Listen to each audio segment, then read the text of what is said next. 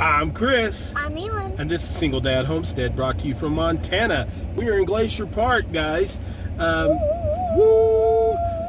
This is actually kind of in the present for us, future for you, past for others. It's one of those YouTube time warp things, isn't it, Elin? So we are leaving Glacier National Park. You guys will have already seen the live we had at Glacier National Park on the east side. If you haven't, go watch it. Yeah, let's replay. Go back and replay it. Just and go backwards, right? Yeah. So this is kind of our intro to our exit to a whole bunch of beautiful pictures and photography. Buddy's in the back chilling out. Absolutely one of the prettiest parks we've been to, right, Elin? Mm-hmm. We didn't see one big game animal the entire time we were here until the last 10 seconds we were in the park, and a mountain goat ram came straight into camp right where we were camping, and we got pictures of it. You'll see it in a few minutes. And but we probably My dad didn't take a video. Yeah, we just took still pictures. Video wasn't real good because it was darker, but we probably drove yesterday just on the main roads for 150, almost 200 miles, and never saw anything more than a ground squirrel. So kind of interesting how that went, but just a crazy time. I'm gonna ask Elin before I say it. Elin, how would you rate this park in comparison to the other parks that we went to? Me? Yep. Out of a 10. 1 being the worst, 10 being the best. We've probably been to 16 or 17 parks now, national parks. I'll give it a solid 5. A 5. Yeah, this was a big disappointment. Beautiful. The scenery here is wonderful, but the actual park service here, the way that they're running this park is like neo-Nazi, fascist, just really, I think, a really horrible way to run a park.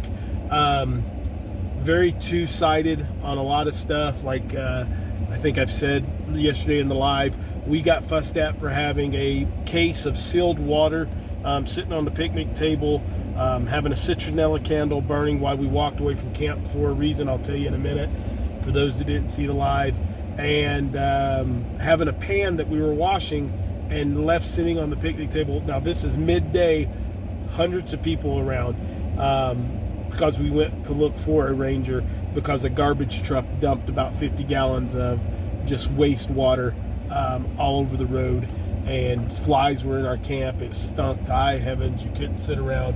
So we went to report that and to try to get moved to a different spot.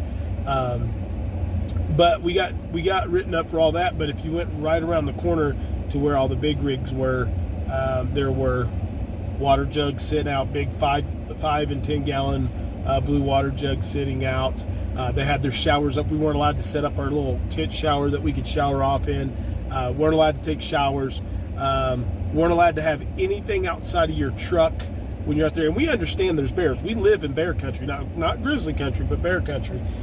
So we understood some of the stuff, but the way that they did stuff was, Elin, stop. Sorry. Was, I don't know. It was just very one-sided. If you were in a $10,000 truck, camper type deal like us, it was one thing. But if you were in a 50, 60, 70, 120, $150,000 rig, it didn't seem like there was much said to you. We had a huge Mennonite family that probably had 15 or 20 people in it come in 2 like 50-foot big RV trailers that shouldn't have been in the park. You're not allowed to run a generator at night. They ran the biggest generator all night long, as loud as it was. I mean, it was horrible. It would wah, wah, like a racetrack in the area all night long, and nothing was said to them until this morning. And we know there's rangers and hosts on there, and the young lady that actually works for the Park Service went over and told the host last night. We met her this morning, wonderful person, and they still didn't do anything about it last night. So All they said was, yeah, it's too big of a family for the number of people on a spot, and the rigs are too big, and no, it shouldn't be there. But they didn't go say anything to them, but they came up and said stuff to us. So anyway, it was just not a real good experience. Not allowed to walk your dog on any trail. You're not allowed to have your dog, so you have to figure out something to do with your dog. If you come to Glacier National Park and you have a dog, you can't take them for a walk on any trail. You can walk them around the park, the campground, but you can't take them on any of the hikes on any of the trails, because they say that dogs and bears fight, and then the dog run back to the owner and the bear comes back and there's problems and they have to put the bear down. Okay, I'll accept that, but it's not listed anywhere on any of the websites or anything. It says leash your dog. Know if you're in a big rig, if you're like in a converted van and it's certain height, you need to call ahead and see if you can even go on the Road to the Sun, because we met 5 or 6 people that made the trip from Florida and from up north that were traveling just as far, if not farther than we had, that weren't allowed to go on the road because of size restrictions. And they all said that there was nothing about height restrictions on there. It was just width. If it was over 8 feet wide, or if you had travel mirrors, you had to fold those in and stuff like that. So just there's a lot of rules that they don't put out. When we got to the park, we came into Two Medicines as the campground that we stayed in. Beautiful area, and I suggest it more than I do the other side. A little less congested, but very congested. We came in and the sign said, the fees for it were $35 for a vehicle, and that you could purchase a God Bless America access pass to all the pass to all the national parks, and be there. But there was nothing about our access pass that I get for being a disabled veteran and things of that nature. Nothing at all. So we paid the $35 to get into the park. And then yesterday when we went to the east entrance, there's a huge sign that says access passes are free.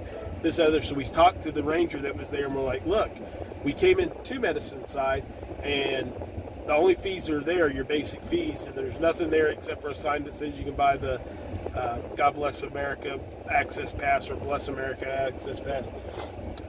I said, so it's not there. So she's like, oh, well, we don't man that gate, this, that, the other, and there's nobody there, so nobody can tell and do stuff like that. Stop making noises. So yeah, we're sorry, we can refund that to you. So she starts to do the refund, and then she goes, oh, we can't refund it because we only take credit cards. Let me ask you guys, do you think that this national park only takes credit cards for entrance? Because if they do, they're losing millions of dollars a year. Because if anybody that's frugal or traveling on cash or does Dave Ramsey or anything of that nature comes to this park and I've got $35 cash on me, I pay. You're not going to take that $35 cash. You're only going to take credit cards. So I call BS on that one as well. But just the people that were here, you could tell a lot of the rangers and the forestry officers that are here. The rangers were awesome. The police officers, we had an encounter with them because of the garbage thing. They did a whole report and took some stuff. But the actual volunteers and the park rangers, you can tell they're trained to be overly kind, very fake. Their concern was not you, it was money. One of the other things is you couldn't collect firewood. There's hundreds of trees that are down dead that are there that they've cut and have logged up in the spots. You can't use any of it. You have to go to a store that's in the park or right outside of the park, or bring your own firewood. Now that just sounds like a money grab, because the rangers are using the firewood. All the people that work there, there's firewood stacked up where they made firewood for that. But you couldn't collect any wood. They wouldn't let Elin collect pine cones and stuff to play with. You weren't allowed to pick up any pine cones or anything. So a kid can't be creative. A kid can't play. A kid can't do this. It's there. Once again, like I said, very fake friendly. But out of all I think it's 17 parks we've been in right now. As far as the park itself goes, absolutely gorgeous. As far as the hospitality and the way that the park was, I'm going to give it a 0. The people that were here staying were all good people, but it rubbed me the wrong way. But anyway, this is our opener. I hope you guys enjoy the pictures. And we'll talk to you in a few minutes.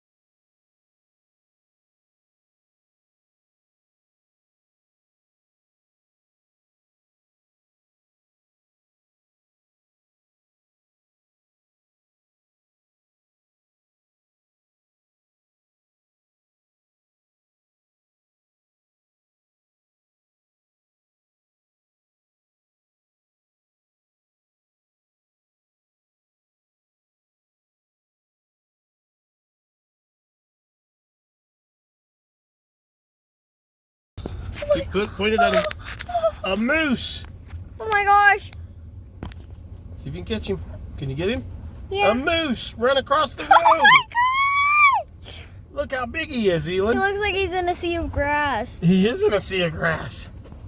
That's awesome. All right, here. I'm still getting him. Oh, are you? Okay, good. Don't get the. You're gonna get the door. Reach your camera out the door. Lost him.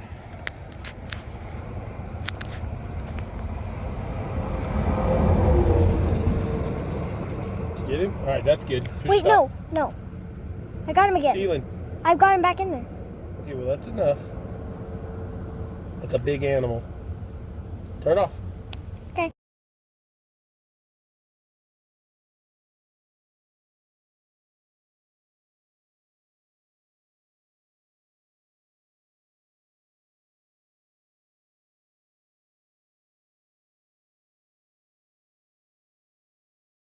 Hey, time warp. We're right back. What's going on, Elin? What? We just left. We just did the intro at the beginning, and then all the stuff in the past, future, middle, time, present, all that. Wait. What? Hey guys, as always, God bless. What God gives you. We're out We're of here. And Buddy says bye.